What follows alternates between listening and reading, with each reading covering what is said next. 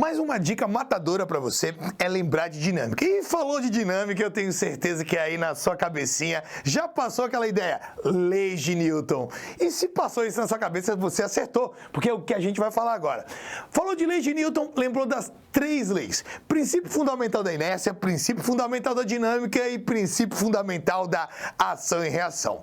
Vamos que vamos. Quando eu falo de princípio fundamental da inércia, eu lembro o seguinte: todo corpo tem a tendência de manter o seu estado, a menos, é claro, que alguma força externa atue sobre ele. E o que eu quero dizer com isso? Eu quero dizer o seguinte: se um corpo está parado, a tendência dele é permanecer o quê? Parado. Agora, se esse cara está em movimento retilíneo uniforme, a tendência dele é permanecer em movimento retilíneo uniforme. É claro que ele só vai mudar isso se alguma força externa atuar sobre ele. Quer ver um exemplo? Um exemplo clássico. Você vai pegar o ônibus aí para ir para sua universidade. Olha só, ano que vem você pegando aquele ônibus para ir na universidade, entrou no ônibus. O ônibus está cheio, você vai ter que ir em pé. E inicialmente, é claro que você pega um ônibus, esse ônibus está parado. Então você também está parado em relação ao ônibus. Aí o ônibus andou. O que acontece do daquela desequilibradinha? Porque se você estava parado, a sua tendência é continuar parado. Aí tá, conseguiu se equilibrar, o ônibus tocou, de repente, passa uma pessoa ali desavisada, desatenta, o motorista é obrigado a frear bruscamente. Você estava em movimento junto com o ônibus, freou, a tua tendência é continuar o quê? O movimento. E por isso a importância do uso de cinto de segurança, né? Para evitar essas tendências iniciais. E olha só para lembrar e salientar, quando eu falo de estado inicial, eu falo de repouso e MRU, que é quando esse corpo vai ter uma força resultante igual a 0. E agora, tratando da segunda lei, eu vou lembrar do quê? Do física, meu amor. Força resultante é igual ao produto da massa pela aceleração. O que quer dizer isso? Se eu tenho um corpo e ele está lá, lembra? Parado. E se eu fizer uma força sobre esse corpo e essa força for capaz de tirar esse corpo do seu estado inicial, eu garanto para você, esse corpo vai ter uma aceleração diretamente proporcional à força que eu apliquei sobre ele. Quer ver uma coisa? Eu tenho um corpinho, 1 quilograma. Eu vou lá e aplico uma força de 1 Newton. Esse cara adquiriu uma aceleração de 1 metro por segundo ao quadrado. Lembra, né?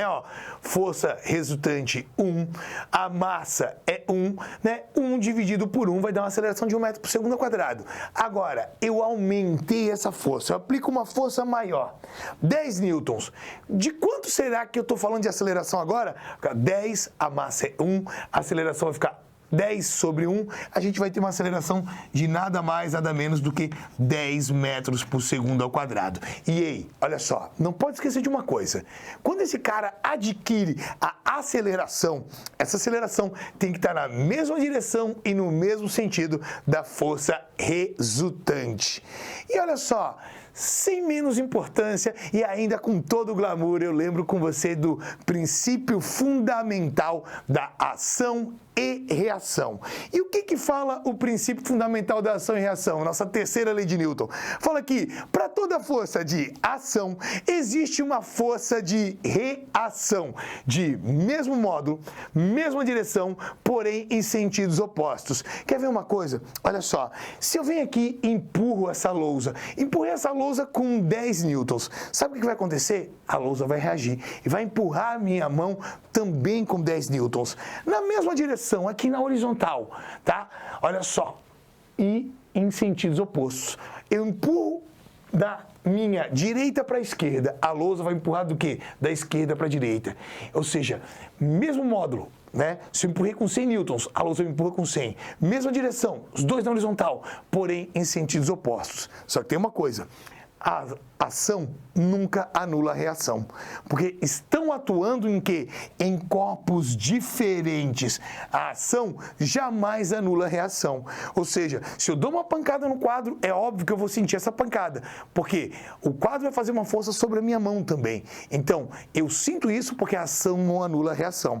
A mesma coisa aqui, duas bolinhas colidem, bolinha A e a bolinha B colidem. Vai existir uma força da bolinha A na bolinha B, sei lá, 10 newtons. A bolinha B reage e vai fazer uma força na bolinha A, que vai ter um módulo também de 10 newtons. Olha só, os dois estão na mesma direção, horizontal, porém em sentidos opostos. E olha só, eu não anulo essas duas forças, porque elas estão em corpos diferentes. Um cuidado que eu vou dizer para você tomar.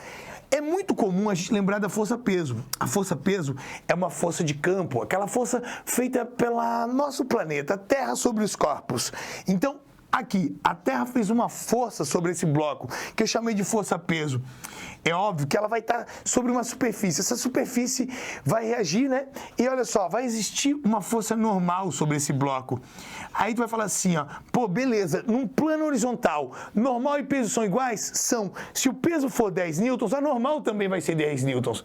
Estão na mesma direção? Estão. Ambos estão na vertical. Estão em sentidos opostos? Claro que estão.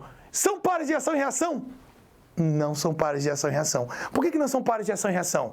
Porque peso e normal atuam no mesmo corpo. No entanto, que no plano horizontal eu posso anular o peso e a normal. Lembre-se, falamos de princípio fundamental da ação e reação. A gente está falando de forças que vão ter mesmo módulo, mesma direção, sentidos opostos e sempre atuando em corpos distintos. A ação jamais vai anular a reação.